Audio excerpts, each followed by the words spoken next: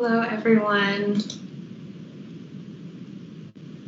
I think we're still a few minutes early. We're starting right at 6 o'clock.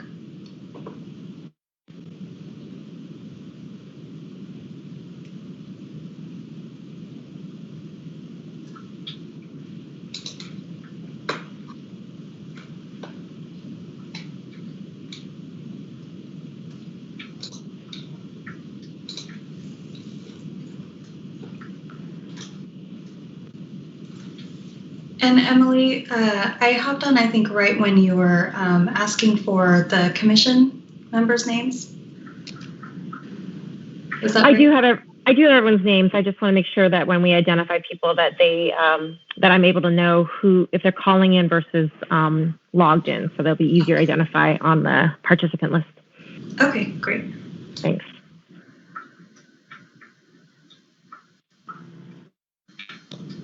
I think while we're waiting for people to log on, I'm going to go ahead and share my screen, which has the agenda on it and everything.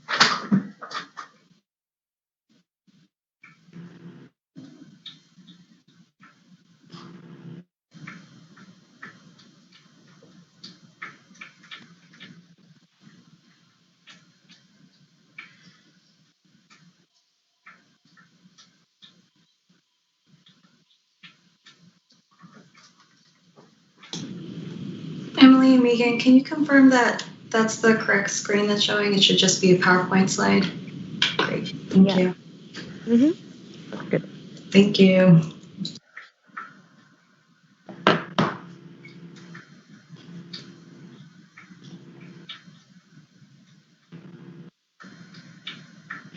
Jen, let me know when you want me to start recording.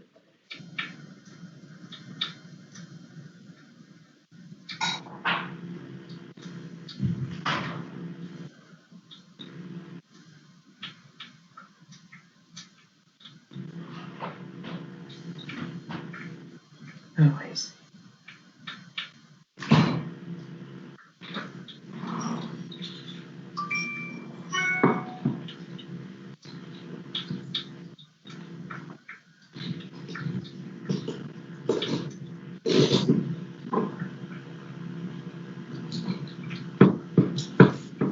We'll just give it a few seconds as people log on.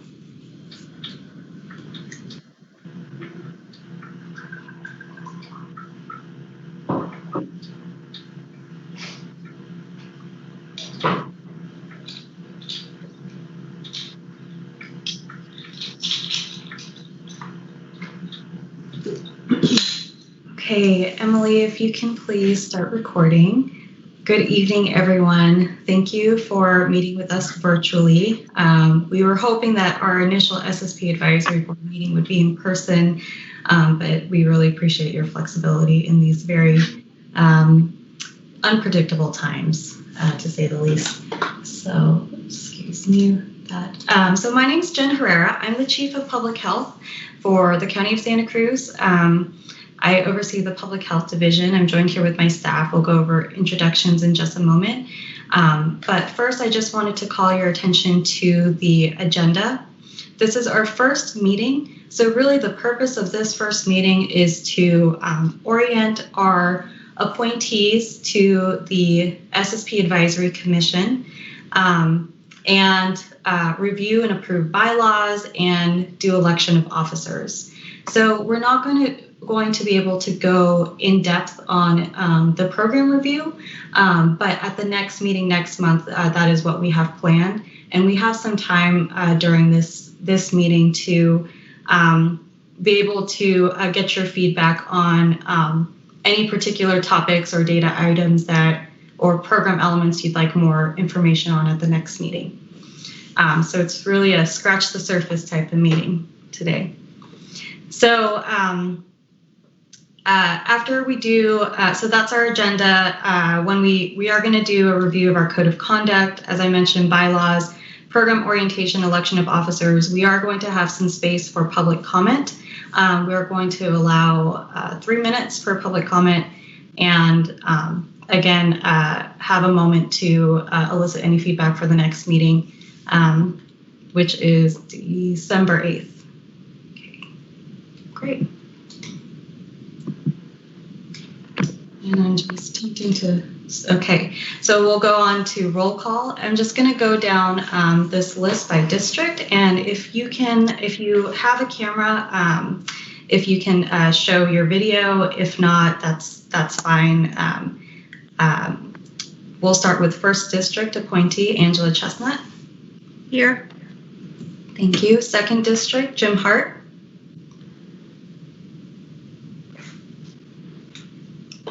Sorry, here.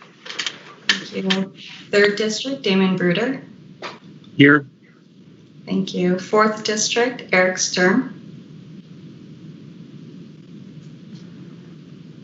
Okay. 5th District Sharon DeJong. Here. Thank you. And Sharon, did I pronounce is that how you pronounce your name? DeJong? It's a soft J, says Dijon. DeJong. Yeah, that's it. Thank you. Our at-large appointee, Les Gardner. And our at-large appointee, Patty King. I'm here. Is that Patty King? Yes. Great, thank you, Patty. Okay, so for our HSA support staff, this is a County Board of Supervisors advisory commission, and per the commission rules, it is staffed by the Health Services Agency. So as support staff for your meeting today, I'm Jen Herrera, Chief of Public Health. And I'll just go down the list. Megan Holland, Admin Services Manager. Socorro Gutierrez, Health Services Manager. And I know Socorro's on. Rashawn Williams, Program Coordinator.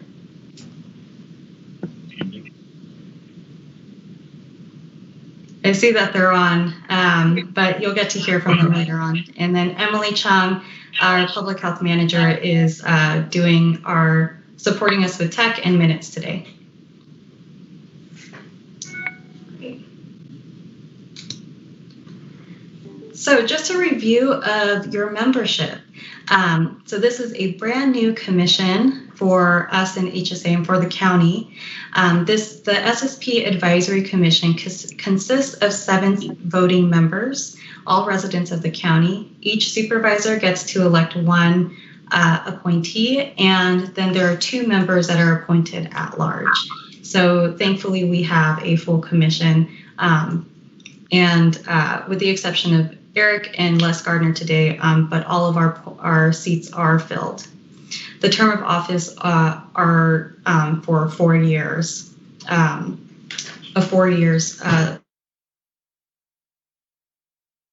The powers and duties of this advisory commission, and this is directly from the Santa Cruz County Code. It's to increase the coordination between agencies and departments and jurisdictions around the delivery of syringe services programs, review policies related to the delivery of services under our SSP program, and make recommendations to our County Board of Supervisors, review pending state and federal legislation that may impact the Syringe Services Program, consumers, and/or providers, and make recommendations to the Board of Supervisors. Stay informed and educated on syringe services and related public health strategies, and provide a forum for consumers and other parties interested in syringe services to contribute ideas to policy and program development. As a county advisory commission, this commission and all of its members are to adhere to the county's code of conduct. It's the Equal Employment Opportunity and Non-Discrimination Policy. So I have a link here at the bottom of this slide, and these slides will be sent to you after this presentation. In short, it states that the county is committed to equal employment opportunity and non-discrimination. Harassment, discrimination, and retaliation are unacceptable and will not be allowed in our workplace, which includes among our commissions.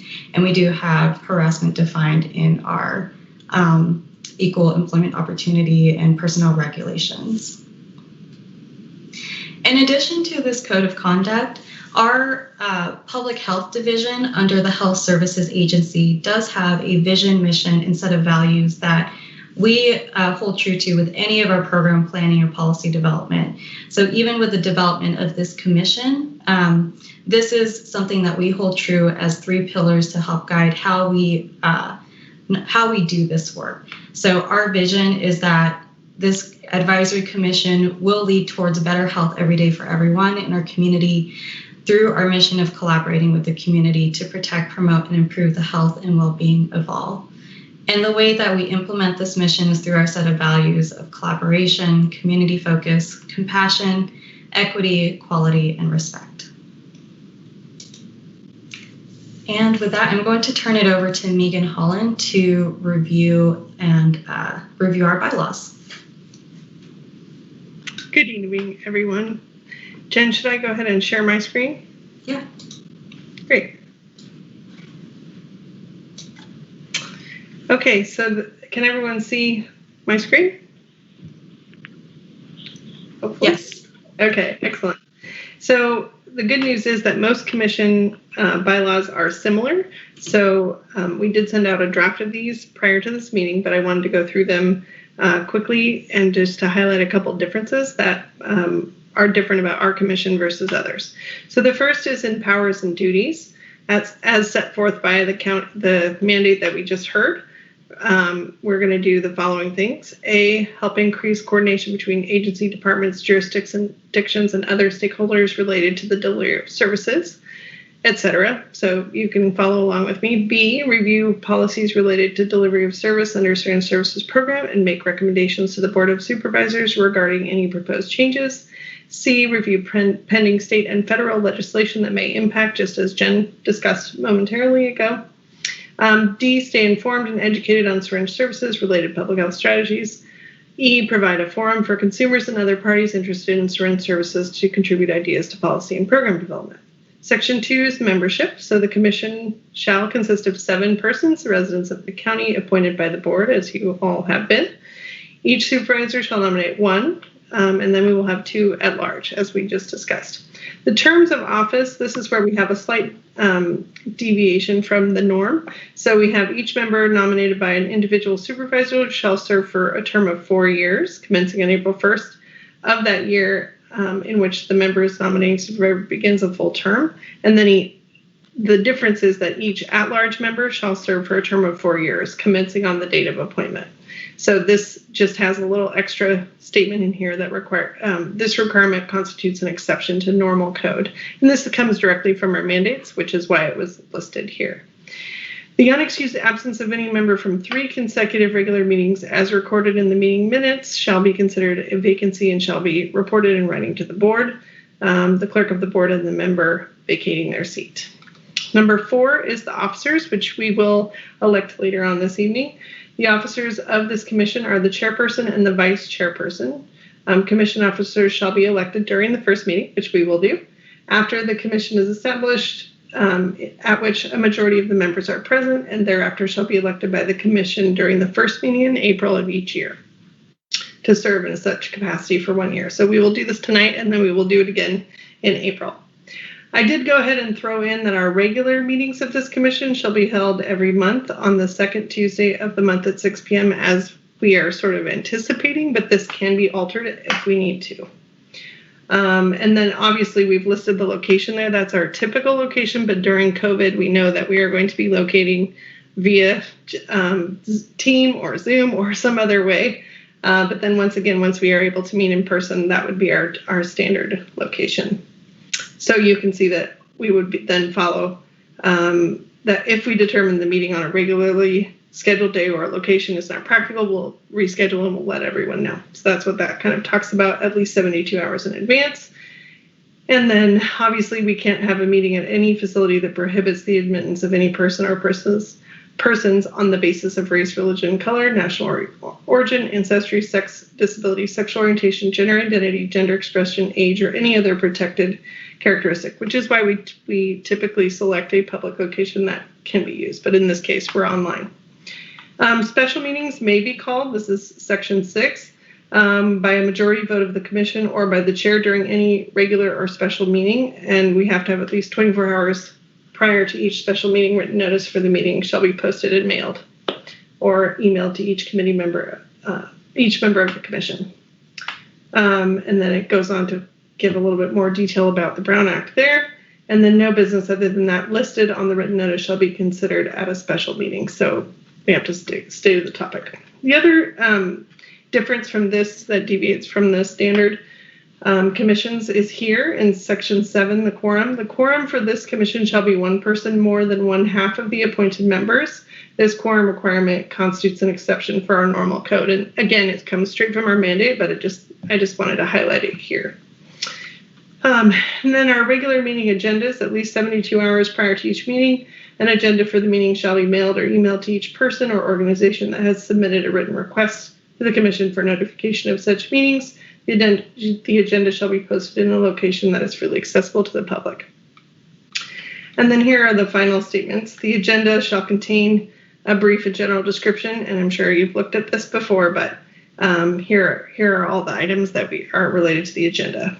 So the commission may take action on any of the business not appearing on the posted agenda under the conditions stated below.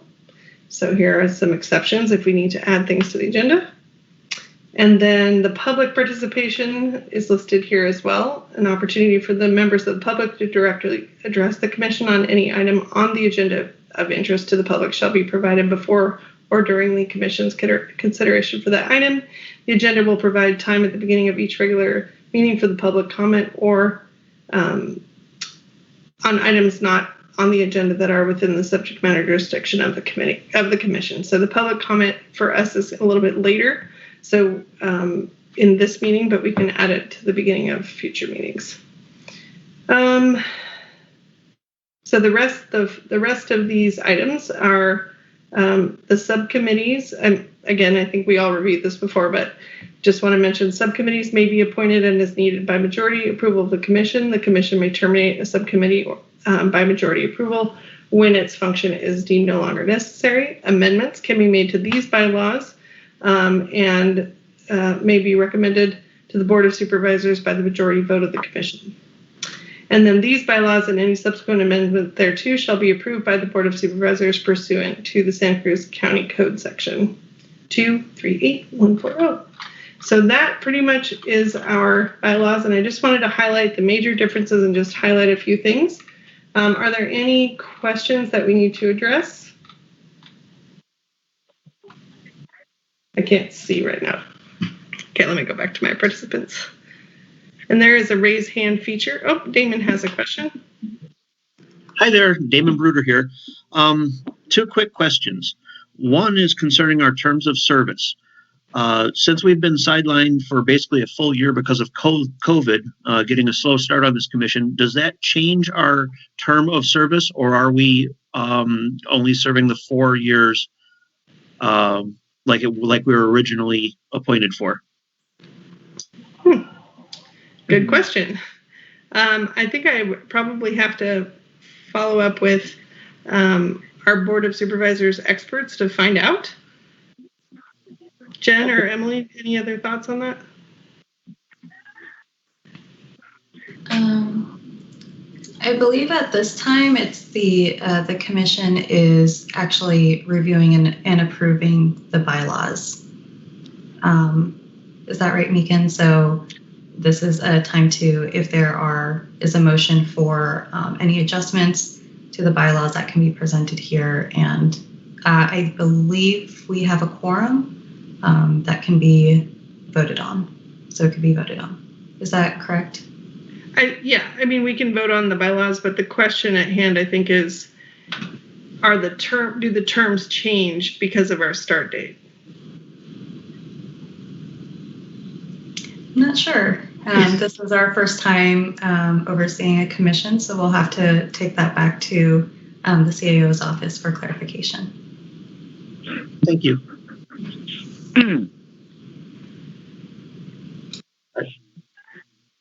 I did have one other question real quick, if that's okay. Mm-hmm. During public comment, I know it's different between city council meetings and board of supervisors meetings, the way they handle things. I was curious if the commissioners are allowed to respond to questions that are asked during public comment. That's a great question. I do know that the staff are not to respond to the questions. And I believe that the commissioners are able to respond. I don't know if you do it right in the moment or at the end of all the public comments, but it seems like that would follow board protocol. Okay, thank you.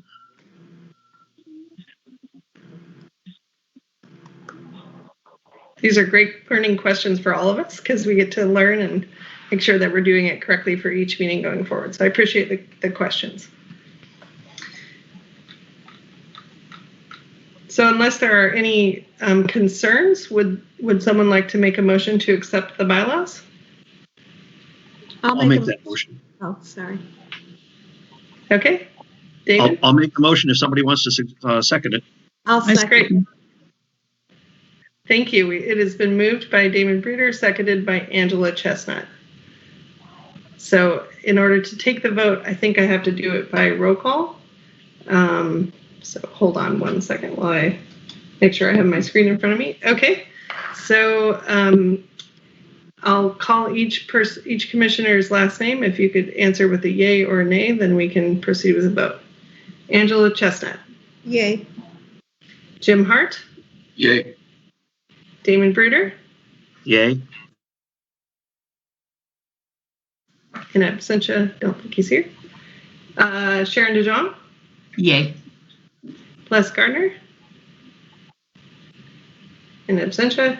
And Patty King. Yay. Thank you. The bylaws have been adopted. I'll turn it back to you, Jen. Great, thank you. So next on our agenda is going to be a program overview. So we're going to do an overview of SSP and from a broad level as well as from a program level, and then we'll have a brief review of what our program budget looks like. So if you can just hold tight for one moment as I share my screen.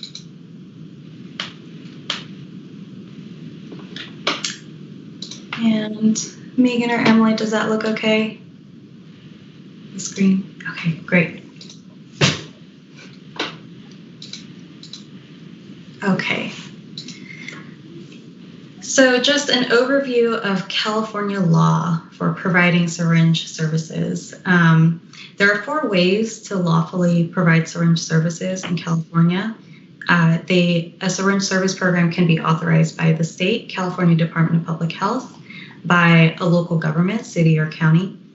It could be distributed by physicians or pharmacists, or it could be prescribed.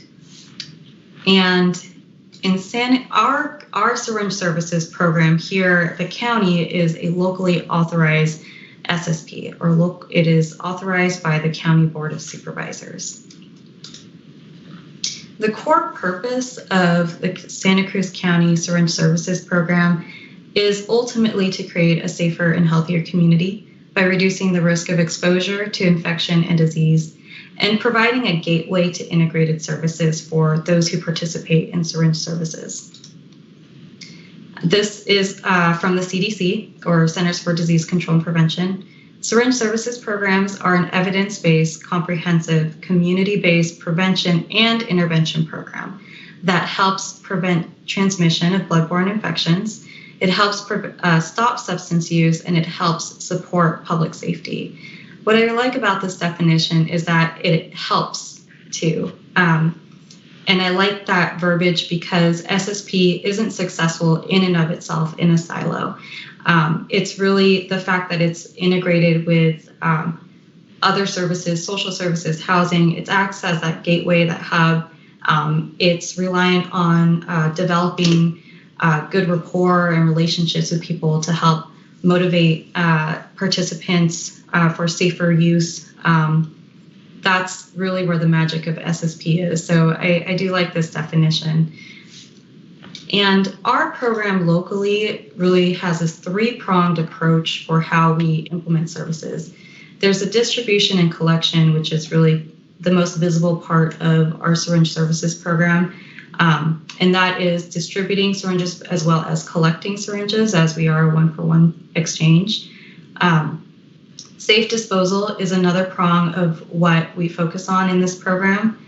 We do that through the syringe kiosks that we have throughout the county, as well as our syringe litter contracts, syringe litter collection contracts. And we also focus on enhanced referrals. So linking participants to clinical, behavioral, and social services when they determine they are ready for that change. And this is a very simplified org chart of where the SSP is actually located within our agency. So from the County Board of Supervisors, who you all are advising as a commission, we have our Health Services Agency, which is one of the largest agencies in the county. Under health services agencies, we have multiple divisions: environmental health, clinics, behavioral health, and then we have public health. In public health, we have a program called Care Team, which really focuses on HIV prevention and providing whole person case management to those affected by HIV. And we have the Syringe Services Program as one of the programs in the Care Team unit. As you all likely recall, the SSP used to be under our communicable disease unit last year, and we made the shift to move it to Care Team recently, partly due to capacity, but also it's where the expertise are for engaging with people with who providing that case management, wraparound services, and whole person-centered care for participants. So I'm going to turn it over to Rashawn. He is our program coordinator for the SSP program, and he's going to tell you a little bit about the participants' experience with this program. Good evening, everyone. Thank you very much. My team and I have prepared a little video for you, as you'll hear a repeat of as we get into the PowerPoint. But the purpose is to give you a participant's perspective as they enter our exchange, and some of the communications, conversations that we have with them, that we may have with them as they perform an exchange. So if you could click the video. Thanks. My name is Rashawn Williams, and I'm the coordinator for the county's Syringe Services Program. Here at our exchanges, we do our best to build a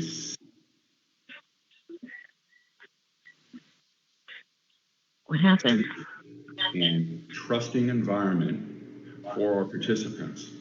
In doing so, we are able to offer them education on harm reduction practices, safer injection techniques, proper syringe disposal, and when possible, refer them to drug treatment and other services that are provided through the County of Santa Cruz. I'm here at the Emmeline Exchange, where my staff and I have prepared this video to hopefully give you a better idea of the typical participant experience.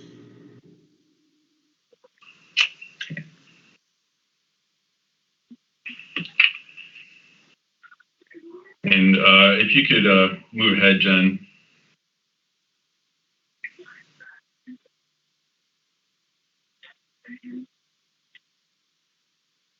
I'll let you read through these highlights. And forgive me all if the video is a little choppy. If we do experience any technical difficulties with that, I'll do my best to explain what the video was representing, but hopefully it'll go smoothly. Rashawn, if you don't mind, could you please read the bullet points, just because there are some participants who may not have video, so they may not be. Oh, of course. So far this year, or I should say between January 1st and September 30th, we have provided services to 407 unique participants. So those are individuals who have passed through. They may have come through once, or they may have visited the exchange 10 plus times, but 407 separate individuals. Not in this bullet point, but I would point out that this year we have actually brought in an additional 100 plus participants who are visiting the exchange, had their first visits in this calendar year. We have collected 624,910 syringes from January through the end of September, 321,217 collected through the exchange, and 303,793 have been deposited in the kiosks that we have distributed throughout the county. Sorry. We have dispensed 283,258 syringes from the start of January through the end of September. We expanded our Emmeline exchange days from 3 days a week to 5 days per week, which has been greatly appreciated by our participants in testimony. We secured the California Harm Reduction Initiative, or CHEERI grant, which totals $329,439 to be used through the end of June 2023. A Sharps kiosk has been installed at 115 Coral Street, so that brought our number of deployed kiosks up to 4. Only? We have had 155.5 volunteer hours so far this fiscal year. In this calendar year, participants have reported 167 overdose reversals using Narcan distributed through our exchange. That's a number that we all, myself and my staff, are very proud of. That's 167,000 opportunities at life which might have gone away. And we directly and in collaboration with the Homeless Persons Health Project, in performing outreach, we are distributing Sharps containers, Narcan wound care kits, and other non-syringe supplies to shelters, hotels, and unhoused residents. That includes, after our fires, and distributing Sharps containers to shelters in those hard circumstances.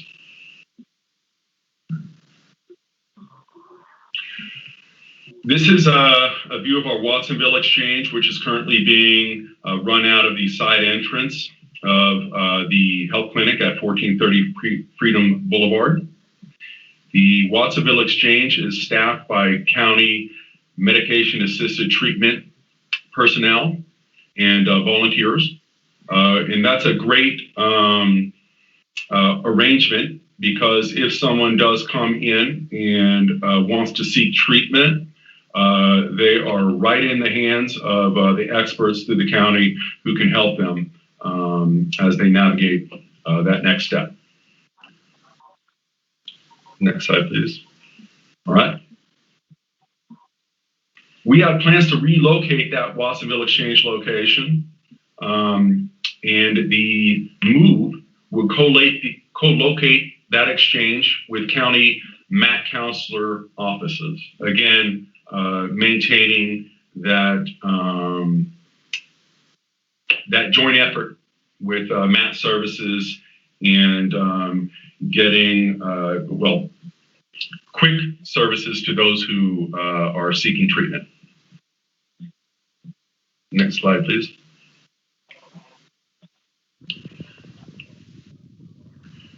This is a view of the entrance to the proposed location. As I mentioned, the other location outside of the clinic actually has quite a bit of street exposure, and it is not the most participant-friendly location. And so this new location will give our participants a greater deal of privacy as they enter the exchange, and allow participants and staff more room within the exchange. As I said, the current location is at the entrance of the clinic, and would allow for storage of supplies and eliminate interruptions from clinic staff and visitors who need to enter the exchange while, or I should say, need to enter the clinic while exchanges may be in progress.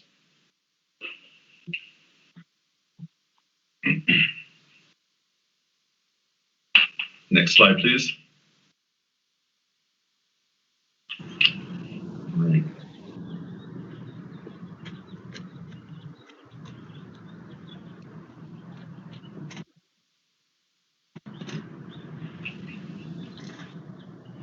Good evening. How are you feeling? Are you having any coughing or shortness of breath or fever? Nope, feeling good.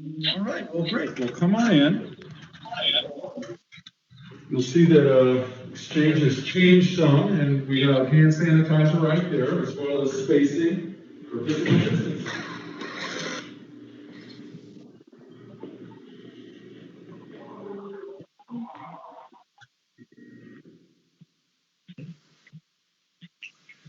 All right, so that really is a typical greeting.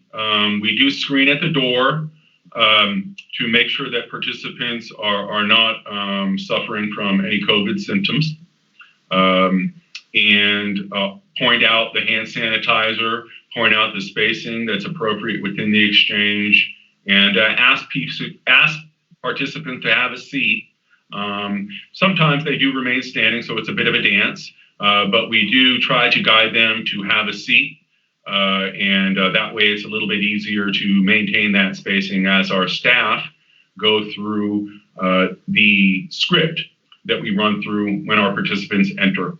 And so here's a little view of the script. We have one for new participants where we gather a little bit more demographic information, and then we have one to the right here for returning participants where it's a quicker exchange and perhaps a little less intrusive in the participants' experience as we're getting information.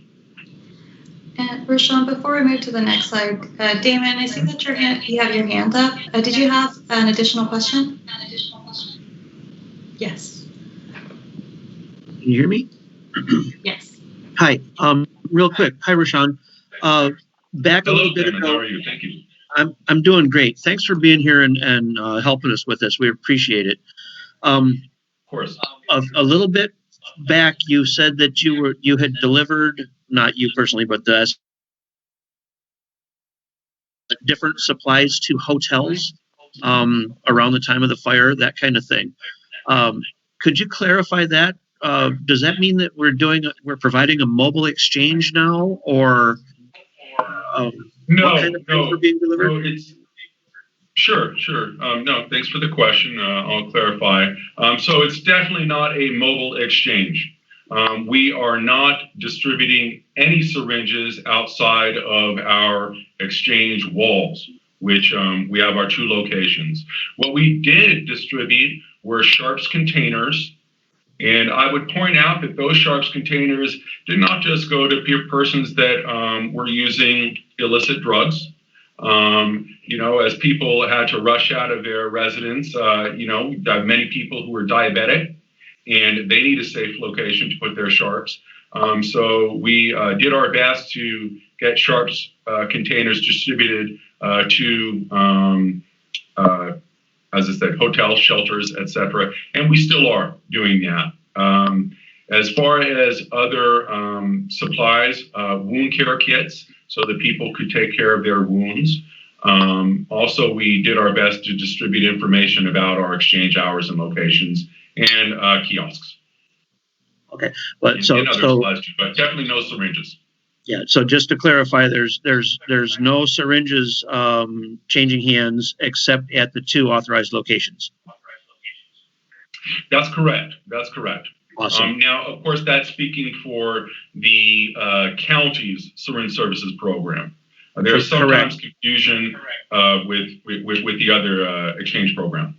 Right. Right. I'm trying to keep that out of our picture because we're here to study our SSP. So, okay. Thank you for the clarification. Of course. Okay. So the next video clip is just the beginning of our exchange. How else are you feeling today? Pretty good. Had a good day so far. Great. Is this the first time you've been to the exchange? No. I think the last time I came in was a while ago, but some outreach workers came by my camp and reminded me of the exchange and told me you all were open 5 days a week now. That's correct. Yeah, we started services 5 days a week here at the Emmeline Exchange a little earlier this summer. Oh, cool. So, do you recall your client code? No. All right, well, that's easy. You can search it out. It would be the first 2 letters of your mother's first name. Okay, that would be B-E. Okay, B-E. And then the day within the month that you were born. So the 25th, the 17th, etc. 1-3. Okay, 1-3. And then the last 2 digits of the year that you were born. So 92, 87. You guessed it, 87. All right, 87. And then lastly, your gender ID. I'm assuming. F. Okay, for female, that's right.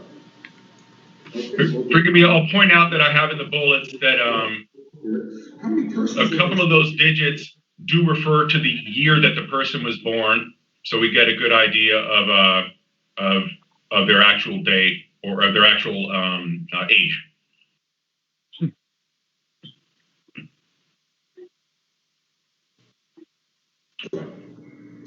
Okay, well, great. We have your client ID. I'll go ahead and check it out in a little bit. How many persons are you exchanging for today? I'm exchanging for my whole camp.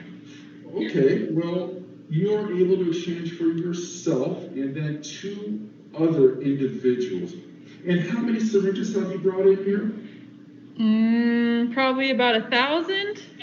Okay, well, this particular sharps container we actually have measured out to hold 550 when full. It looks pretty full, so we can go ahead and count it at 550.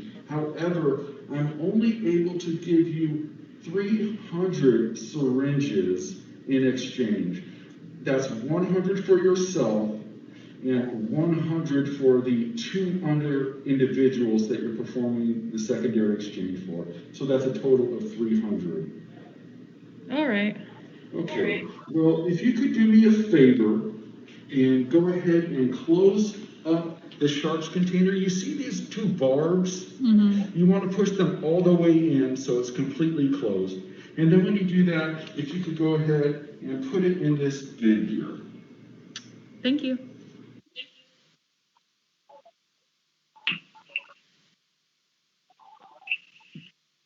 All right, that might have brought up questions.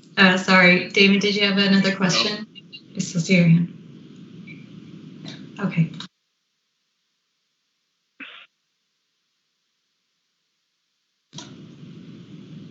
Go ahead, Rashawn.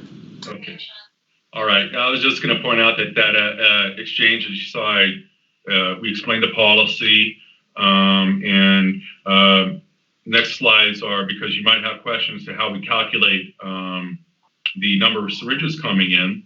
As you might imagine, counting used syringes by hand is not the safest way to do it, and not the most expedient way to do it. So we do have some photo guides, and I've included the slides here.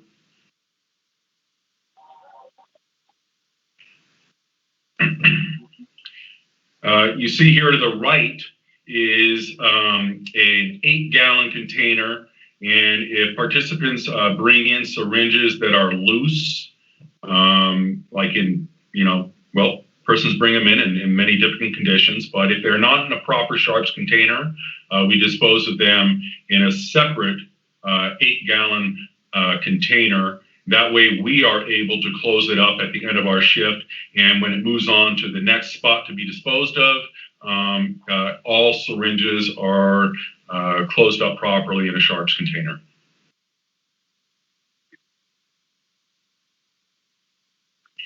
Also, we do not handle the syringes or sharps containers unless we are wearing protective gloves.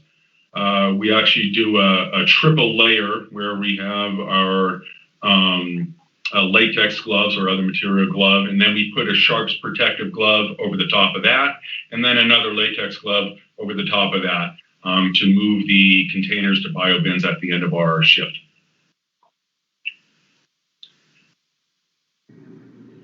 Would you like any Narcan today?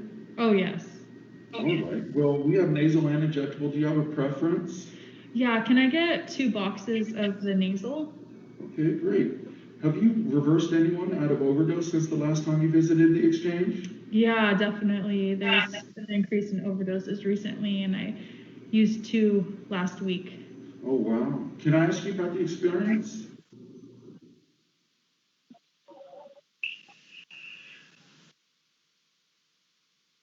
We prompt our participants to see if they want any education on Narcan and if they would like any Narcan with each exchange. As I said, it's something that I view as very important. It's a lifesaver for sure. And offer participants education on the use in person, as well as with brochures that we distribute, which has information on treatment and our location of our exchanges.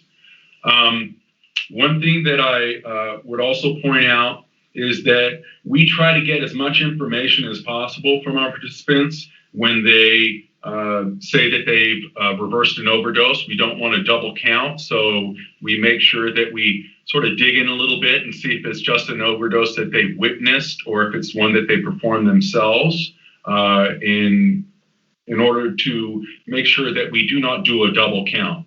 So one person comes in and says, oh yeah, I did an overdose, but in fact they were really just witnesses to it. So voila. All right, next slide, please. Okay, well, I'm going to go ahead and get your syringes and your Narcan. If you'd like any other supplies, you can have safer injection supplies, safer sex supplies, hygiene, and wound care right here. Just step over and look through the see-through, and we'll go ahead and hook you up.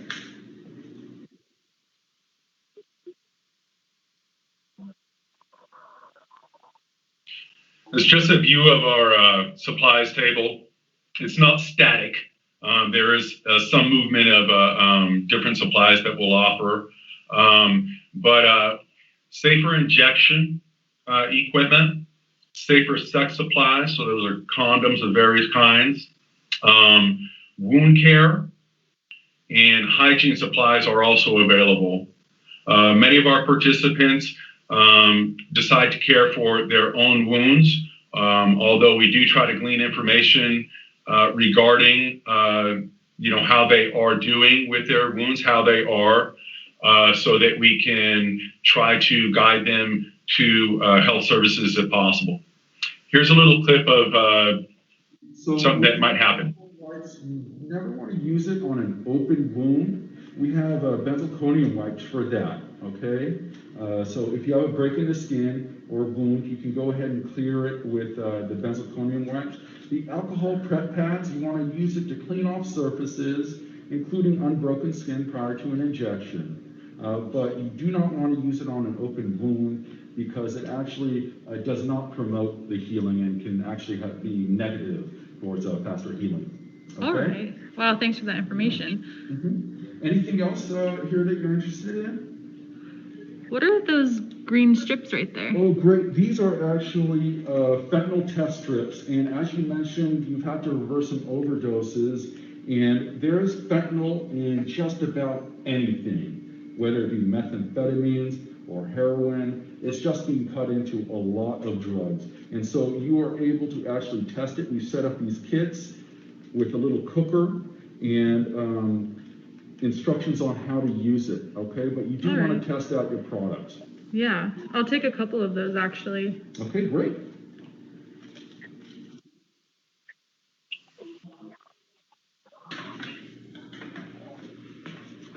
Okay, well, I have your sharps container in there, your syringes, and your other supplies.